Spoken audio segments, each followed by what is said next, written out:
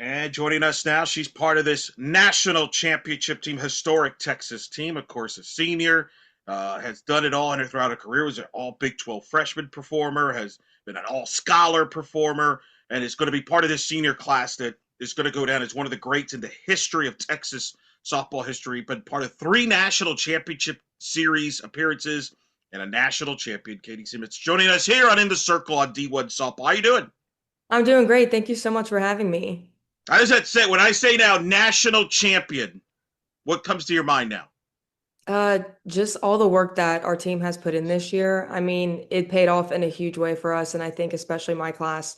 We wanted that to happen. We didn't want to lose the third time, so it just feels great. What was that celebration like on Saturday? I know you were back on campus at a big celebration. What was that like to have that joy and celebration, celebrate with the fans? Oh, it was so nice. I mean, there are some fans that I've seen every single game since I've been a freshman here, and just the joy on their face when we got back and they got to see us holding up the trophy, it was just amazing. And I mean, there were so many kids there that I know look up to us, and just to get out there and be able to talk to them was amazing. And just a lot of family and friends were there for us as well. And just so many emotions were going through us, just so grateful, so happy to be there. And just everybody as a community being together was probably the best feeling. Has it hit you yet? Has it, or is it? Are you still like kind of on? You know, is it still a dream for you? Like, what's it been like since you won it on Friday night? I think like the first 2 days, it felt like a dream. And, coming back to Austin, I was like, there's no way we just did that. But seeing the shirts, the trophy, the hat, everything, I was like, man, we really did that. And it's kind of sunk in now that we were able to do it. And now that, my career's done and a couple other girls are done too, that was the best way we could have gone out with. How unique is it? And that's one of the reasons why I'm excited to have you on here because you're part of this senior class that has been there from really the beginning there in 2022, as we'll talk about when you made that run as an unseeded team. But came up short against Oklahoma and then in the supers in 23, then back again last year. Only been how extra sweet was it to get over that hump? It was just fantastic. I mean, I think going into that series, we were just super confident in our team's abilities and our chemistry as well. And it was something unlike any of the teams I'd played on in the past. And I think that's what really propelled us, to get over that hump was just the chemistry as a team and just the trust and belief in one another. Uh, Take me through that moment when that last out is recorded there in the seventh, and it realized that hit you. We did it. We finally won the national title. Yeah, I mean, I think every single inning from like the fifth through the seventh, we were just kind of on the edge of our seats, just like, okay, are we gonna do this? Like, is it gonna end early? But they made jokes just that we wanted to stay in our uniform as long as we could. And I think just, once Leanne got the ground ball, we were like, okay, just make a good throw. And as soon as it hit Jolie's glove, I think I was the fastest one out of that dugout. I think I ran as fast as I could. But everybody was just, tears of joy were coming down people's faces and just so many big hugs. And it was just amazing. I remember there in the post game, most of the seniors were you were in the up in the podium there, except Mia Scott made a brief cameo. She was Yeah. there. That decided I'm good. Um, how would you describe this senior class for those that not be aware? Because what did that moment mean to be all of you together there and being a part of history? Yeah, I think our senior class has been through a lot. I think we left the Jersey in a better place. Like we were able to build a pretty good culture, I think, with this team just throughout the years and just kind of seeing, some of the seniors our freshman year, what they did to try and help build culture and bring that through the next couple years. And just to have everybody there. And even though, some of our seniors weren't there for our freshman year, it felt like they were, they bought into anything that we kind of had suggested or just said, hey, this really worked for us in the past. Like, let's try and incorporate this more.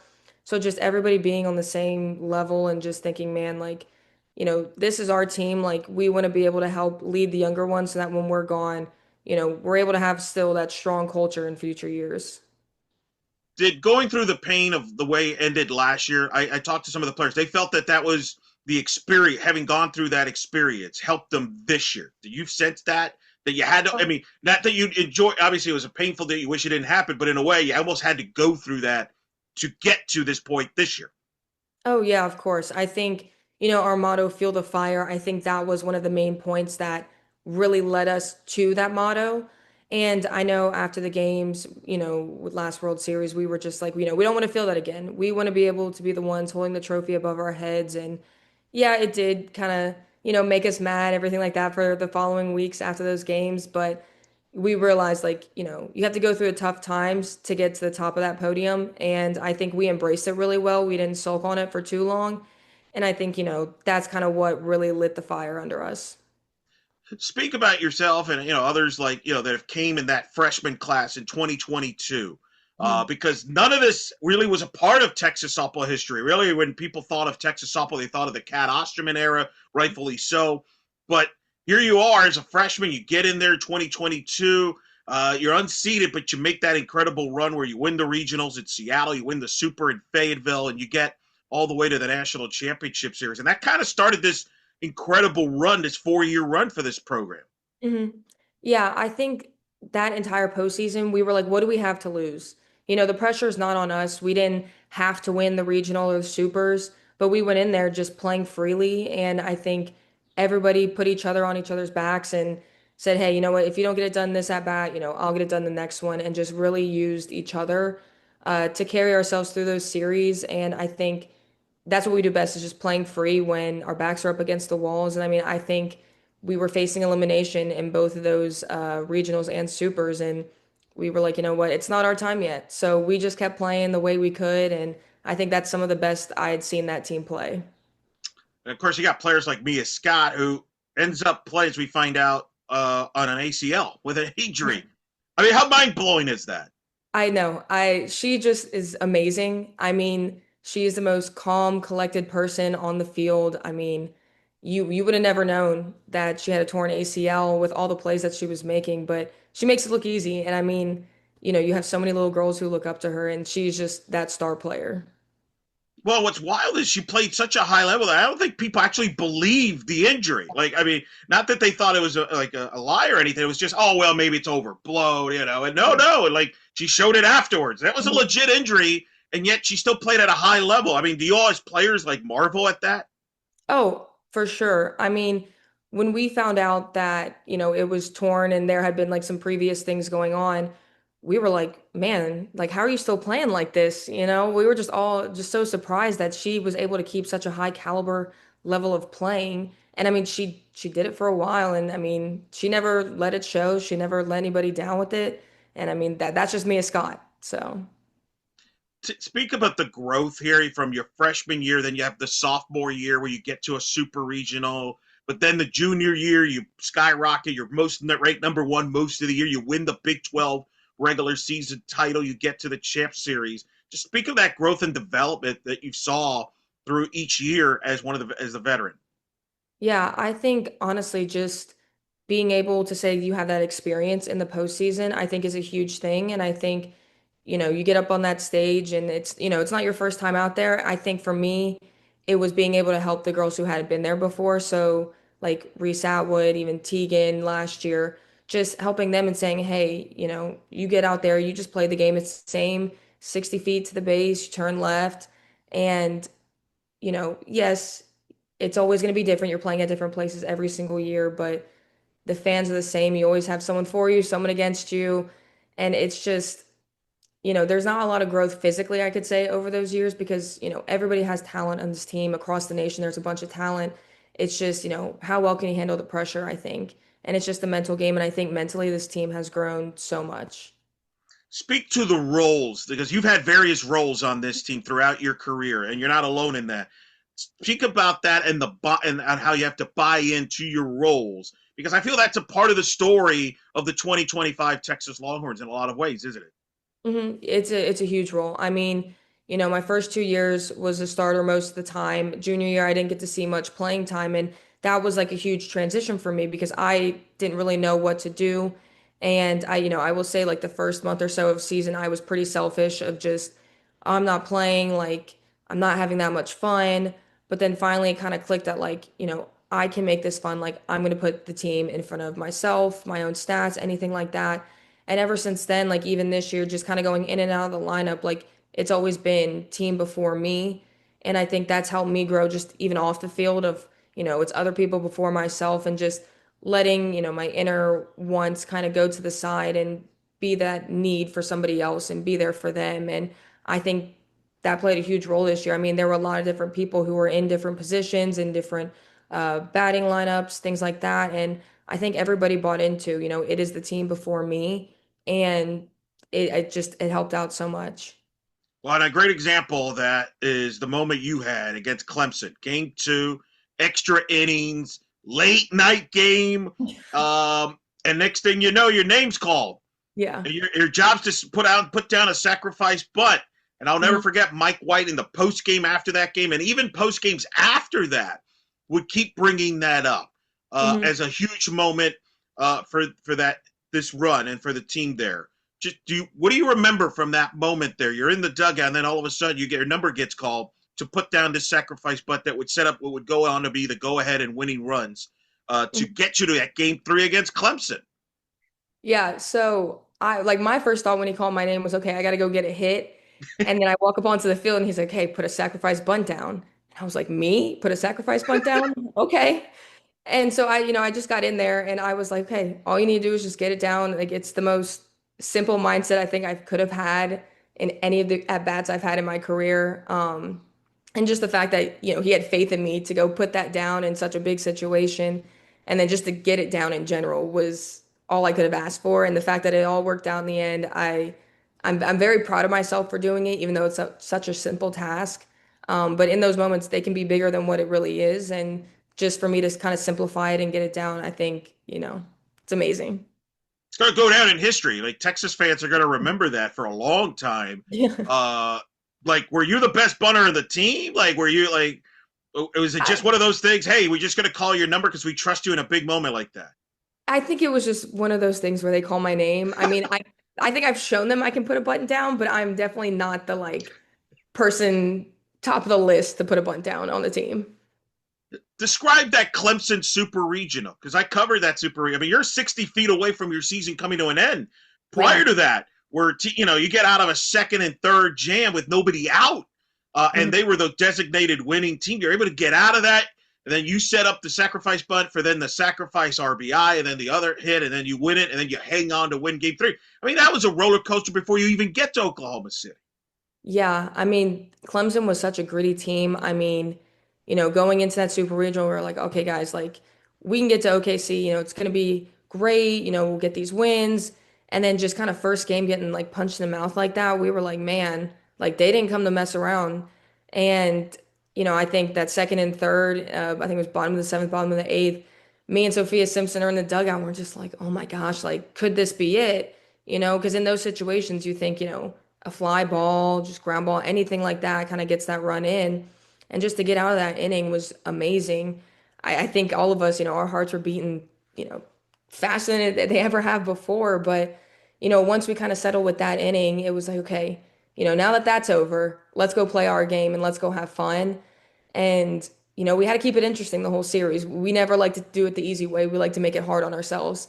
But even up until that last inning of the game three, I mean, we were kind of on the edge of our seats, whatever position we were in, we're like, man, like, we're putting up a tough fight, but so are they. Like, it's a dogfight out there. And I think just to get that last out with the ground ball to Mac, I think we all kind of had that sigh of relief of like, man, we finally did it. We finally, you know, are back in OKC again. I was gonna say, you all don't make it. Do you all make it interesting in that super regionals, back to back years? Texas A&M, Clemson. Like, how do you compare those two super regionals? Because those are memorable super regionals. There, as dramatic as it gets. Yeah, I mean, we never get the easy path to OKC, I'll tell you that. Or we never make it easy on ourselves. But I just remember both of those teams are just gritty, they're tough, like they never lay down. And I mean, pretty similar situations in both of those series. I think A&M had tied it up in game two, bottom of the seventh, with like two outs. And, here we go with Clemson, they got second and third, no outs. And I mean, just the emotions were super high in those games, and especially with A&M, a little bit of in-state rival there, but I mean, just so high in emotion, and I'm very proud of our team for coming out of those series with wins because it's super easy, to face these top teams and go in there, and if something goes bad, you just kind of fall apart. But something that Coach White always says is like, you can bend, but you don't break. And I think that's what we did in both of those series. Well, and I think that was kind of an example of this year, whereas things didn't go as smoothly as you would have liked throughout the Yeah. season, right? You had some ups and Mhm. downs there, but that kind of got you ready to go for what you were about to deal with, whether it be in the Super Regionals or then the World Series, where you obviously get there, you get back there, you beat Florida to start things off there. Just take me through that World Series being back there, but only for you and your seniors. You know this is it. This is your last shot. Yeah. Yeah, so I remember the last practice before we headed out to OKC. It was me, Sophie, and Vanessa. We just kind of sat on our field and we're like, this is the last time we'll be players on this field, but there's no other way we'd want to end it by going to OKC. And I think, that entire week, me and Sophia were roommates and we just kind of took in every single thing that we did, whether that was just, going to eat with our families or getting ready for the games. We're like, we never know when the last one is going to be. And, luckily we didn't have that elimination feeling until the last day. But, I think emotions were pretty high all week, but we were able to kind of keep it inside and just be able to get out there and play softball and leave it all out in the field. Taking you down to that Saturday's winners bracket game against Oklahoma. You two have provided this historic rivalry really throughout that began your freshman year. Like I Yeah. feel like you all playing like a million times every year, but you're always going to collide. But Yeah. it was so unique with that matchup, and then everything obviously that came out afterwards with Tegan and what was she was dealing with her grandmother's passing. What was that like as a team to rally around her and get into that game? Because I'll never forget that post game, such one of the more emotional post games ever. But I sensed that you all rallied around her as a family, and the fact that she was willing to pitch under all those circumstances and pitch the way she did. That's a day that I'm sure will never be forgotten for all of you. No, it won't. I mean, I remember that morning, she kind of called a team meeting and told the whole team. And I think the second words that came out of her mouth was like, I'm here for y'all. Like, this is what she would want me to do. So I'm going to be here for y'all. And I know y'all are here for me. And, we get to the game and we all have ribbons in our hair for her. And, Miney always touched somebody, whether she was at the games or just calling Tegan, like, she always asked about every single player on the team. And, it just warmed my heart knowing that there was somebody out there who cared about every single person on this team, even though they weren't blood related to any of us. But just getting out there, I think the first thing we said in the circle was like, hey, do this for Miney. Like, she has the best seat in the house right now. Like, she wants us to go out there and play the game that we love because, I know she doesn't watch the games live, but she would always record them and go back and watch them for Tegan. And, we were like, now she gets to watch them live, whenever she wants. And just throughout the game, I think Tegan was just so confident out there. And I think she knew that, her grandmother was out there looking after her. And I think everybody kind of had that feeling as well. And just to get that win after that was fantastic. And I mean, we always say family after the games. And that day, we truly, I think, felt like a family. And we felt the true meaning of, we're all in this together. If, one person is down, we're right there to pick them back up. And I mean, even though Tegan really wasn't down, she still had our backs. I think she just felt the love from everybody that day. I don't think there's any question. I think you all as a team gained a lot of fans after that day, and the casual fans that maybe weren't didn't have an invested interest. Or I Mhm. think you gained a lot of support, Yeah. and she gained a lot of support the way she handled things and the way you all helped her through Mhm. that. I think you all gained. Did you sense that after the fact?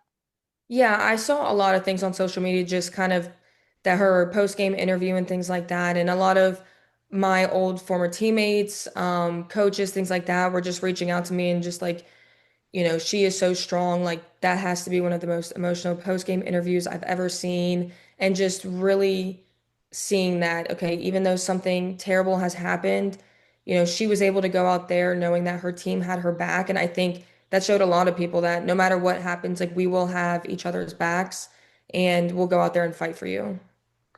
And you follow that with beating Oklahoma. How sweet was that to beat them in that venue? Because you had beaten them before, you've beaten them in the regular season, you've beaten them in Austin, but there, even Coach White said there was kind of maybe a mental hurdle there a little bit playing in venue against them to beat them in that stage there to get yourself within one win of the chips. How sweet was that for you all, especially you who's been through it all since your freshman year? Yeah, it was amazing. I mean, I just, I think of the champ series in the past, just taking the hard losses and things like that, and to finally kind of get a win and be able to move on to one of the most crucial games, like in the World Series, that semifinal, and to have a really good position to go into the champ series. It just felt amazing. And I was like, I think that's the first time we've beat them in the state of Oklahoma in gosh knows how long. But I mean, just to kind of be a part of like a little tidbit of history feels amazing. And I think everybody was just so happy that, on a tough day like that, we were able to go out there and against one of the toughest teams in the country and put on that kind of performance. Yeah, no, incredible. And listen, now you get to say your last OU Texas rivalry game, you went out on top. Like I know Yeah. Jolie Mitchell said, well, there was a part of me that wished we would have played him in the champ series, but you beat him. You beat him Yeah. there. You kind of set them up to be eliminated. So you took care of business. That was payback for at least for you. I would imagine some of the seniors that was payback for the last, for 22 and 24 a little bit, right? Yeah, I think it was, but I mean, I don't necessarily disagree with Jolie either. To get them in the champ series, I mean, third time's a charm. That's true. Maybe, you never know what could have happened.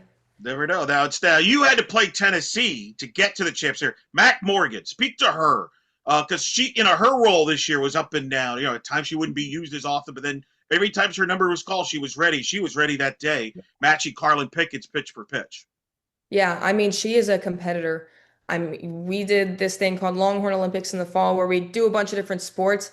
I mean, she was giving 100% even on those activities. And I mean, every single thing that we do, she wants to be, the best of the best. And I look at her and I'm like, man, I want to be as competitive as you. Like I want to have that fire in me in every single thing that I do. And I think she brings that anytime her number is called, she's ready to go. She's locked in. And that's something I really admire about her is that she's able to flip the switch just like that of, maybe she's in the bullpen getting ready to getting out in the field. And she just has this energy about her. It's like, you can't beat me. And even if somebody gets a hit, she's like, so what? I've got the next one. And I think that is such a crucial part of being a pitcher is just having that resiliency, but also being able to have that really tough competitiveness in her. What makes Jolie Mitchell such a valuable part of this team? I mean, she wears her emotions on her sleeve. What makes her so special? And Mike White's talked about her glowingly as well. Everything she's gone through. Yeah, I mean, as you know, she's kind of had a rough couple past years, but I think that's what made her her. She kind of realized that, nothing in life is just guaranteed. And I think she really took that to heart. And now she plays with every ounce of passion, of emotion that she has because she knows that, it could all be taken away, no matter what the circumstance is. And yes, she wears her emotions on her sleeve, but like that's the one thing that makes Jolie Jolie is that when she gets out there, she's fired up. She wants to be out there with her teammates. And I know she is out there with Tegan a lot. And I always see her talking to her, trying to fire her up. And I think she does kind of have that same competitiveness as Mac. And like, she wants to be the best at whatever it is she's doing. And she gets out there and she puts all of her effort into it. And it may not go her way every single time, but as soon as she gets up there the next time, she's like, I know what you got me on last time, and I'm ready to kind of smash that the next time. Take me now. Game one, you're facing Nyjah and Texas Tech. You've seen Nyjah a lot over your career, even go back. But the moment that or a lot of people remember, sixth inning, they're trying to intentionally walk Reese Atwood. And next swing we know, it's 3-0. Reese is swinging, gets the base hit, drives to 2 runs. What is your vantage point on as all of that is going on? I, I'm sitting in the dugout and I see that they're trying to walk her. And I think it was after the first or second pitch, I see her look back at Coach Singh and kind of give like, hey, like that was kind of close. Can I get the green light? And she goes back up to bat and we're like, oh, there's no way she's gonna swing, like there's no way. And then all of a sudden the ball's rolling to the outfield, and like I kid you not, I'm probably 6 feet off the ground jumping up and down. And it was just such a surreal moment because I feel like you never see that anymore. You never see people going out there and just taking a risk like that. And I think Reese took the right risk there. Would you have swung? Would you have that? If you were in that scenario, what would be going through your mind if you were in her situation there? I think honestly, like unless I saw that pitch coming like right down the middle, I'm probably thinking like, oh, I'm not taking my chances on this. But I mean, she had that confidence in herself and, unmatched confidence. I'll say It that. it's the gutsiest swing I've ever seen, Yeah. right? Because if she hits that and it's an out, people are like, why did you swing, right? Like, it's such a gutsy, but to your point, it's what gives her that confidence, right? What's made her so successful and why she's rewritten the Texas record book. I mean, that's an iconic moment. Like, that is unbelievable. Like, people focus so much on what Nyjah wasn't doing, but I'm like, to me, more credit should be to Reese on Yeah. that because not a lot of hitters would have been able to pull that off. No, and I think that's like one of the core memories I'm probably going to remember for the rest of my life about this year, honestly. Did that dugout explode when that ball went Oh, through? I would oh, imagine, it right? did. Yeah, I think a day is next to me. She's screaming, jumping up and down. All the coaches are screaming, and I was just like, "Oh my gosh, like we're ahead now." And Yes. just like in an unthinkable moment of, she's gonna get walked, so what? Jolie's up. But it was like, no, she took it in her own hands and said, I'm gonna be the person who gets these runs in, and she did it. It's an amazing moment, and it carried over. And then I know you lost a tight game in game two, but you made a run at them Yeah. in that seventh inning. Did you feel that seventh inning, even though you came up a run short, carried over and would help you there in game three when you got off to that incredible start in game three, the first inning? Yeah, I think it did. And, granted, yeah, we lost the game, but I think we were able to take the at-bats from that last inning. And, I think Leanne and Stewie were able to talk to some people and we're just like, here's kind of what I was thinking. If this helps you out, go ahead and try it. And then game three, like, what do you have to lose? And I think that kind of gave us a little bit of confidence in that last inning of just, we can compete with her. And, she is a damn good pitcher. And I mean, she's there for a reason. But, just to say, like, we were able to have that competitiveness with her in that last inning, I think that really carried over to game three. You're celebrating on the field as you win that national title. Who's around you? Like, all the parents are out there, administration, coaches, their families are out there, and you're just trying to find everybody out there and just give them hugs. And I know for me, emotions were running really high. Like, I had tears in my eyes, and but it was just grateful tears that like I was able to be a part of this team. And for my last game I was able to win a national title. And I just think everybody was so happy, and everybody's giving each other hugs and just saying how proud they are of us. What is it about Coach White and even Coach Singleton that you had belief in them to come here and to have a career here that you're going to be a part of this legacy? Like you're always going to be invited anytime this 2025 team will be celebrated. I would imagine numerous times over the Yeah. next handful infinity of time. You're going to be a part of that celebration, and that was in part because you believed in his vision at Mhm. Texas. What was it?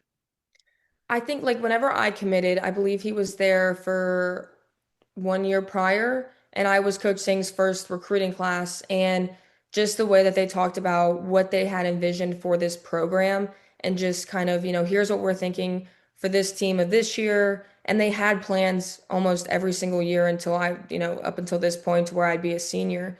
And, they always used our input for any future recruits, and they wanted to make sure that, we would be a team. And I think that was something huge for me was like, I don't want it to just be kind of coaches, players in two separate pools. It was like we are one big family, one big team. And I think that's something that they've really hit on, especially during my like recruiting phase was just like, we are one big family here. And granted, some of the support staff and assistant coaches were different whenever I committed, but I think they brought in people who just brought that to the next level. And I love PR, I love Coach Z, and they are two of the main people who really just put the emphasis on family as a team, and it's paid off. So I think they're going to kind of bring that more into the years following.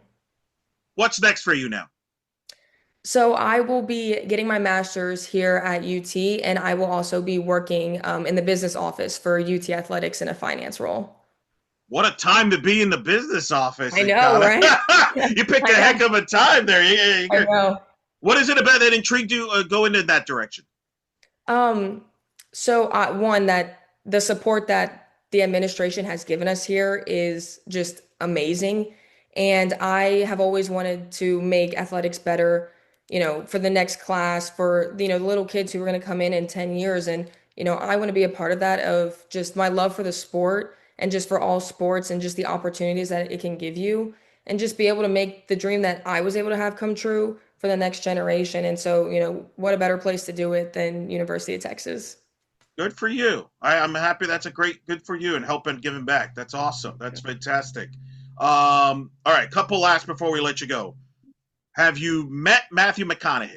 I always ask Texas players, has this happened No. yet? Oh, that has to I happen now. haven't. No, I mean I've seen him from a distance, like at the football games or just Yeah. like sometimes randomly in public. I just don't have the courage to go up to him and be like, I'm a softball player, you know? And I'm like, I think I saw He tweeted, he I saw congratulated you. yeah, I saw the first tweets. I think those are the first tweets I've seen about softball from him. But yeah, you know what? It was during my time, so I'll take it. I think you have an opening now. You have an opening. I definitely have an opening now. So yeah, if I ever see him now, I'm gonna be like, yeah, you actually tweeted about my team back in the day. That's true. Hey, we got the net. You could show him the ring too. You show him Yeah, the ring right exactly. Yeah. there, just to Yeah. bring it off. Cat Osterman. Give me a Cat Osterman story. Jeez. I just like I always know her as calling all of our games and I mean, I just remember all the interactions that we've had like if I'm going up for like a post-game radio interview, things like that of her just being so happy for me and I mean, I think she treats all of us like extra kids in her family. You know, she Yes. still wears like burnt orange and the Longhorn with so much pride and you know, she came to the World Series the last couple years. I know she couldn't be there this year. But she's always talking about us, always texting us just, you know, get out there, play the game, have so much fun. And for me, it's just like there's no way that like a legend like this is, you know, talking to us. But she feels like, you know, another mom or an aunt to me that is just always going to be there for me just because we're connected by this program.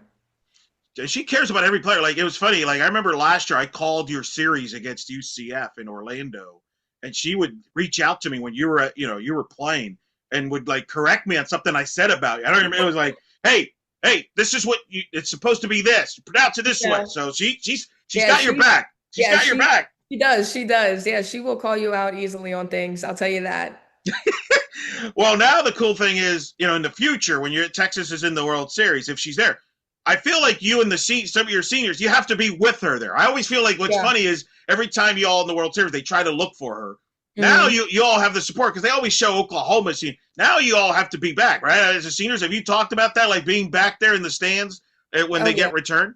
Yeah, I think, you know, as I'm staying in Austin, some of the other girls are kind of going back to their hometowns, kind of pursuing their careers there. But we've already kind of talked about, hey, Alumni Day, like we got to come back now. You know, now that we've got this, we got to come back. And if they make it to the World Series, we got to go.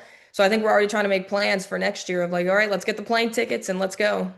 Yeah, come on. She needs somebody to talk to over there. Exactly. Yeah, you need more alumni there. No, she's good. And that's awesome to hear. And you've all earned it. And listen, congratulations. I was happy for you all with the journey. I followed your journey for a long time since your freshman year. Congratulations. You deserve Thank you. this. Enjoy it. I'm excited. I'm looking forward to hearing more about you on the business side. I'm Yeah. intrigued now by that part. But hey, listen, thank you so much for taking the time and talking to us here and telling the story of the Texas program and your career as well on here on In the Circle on D1 Softball. Thank you so much for having me. I had a great time.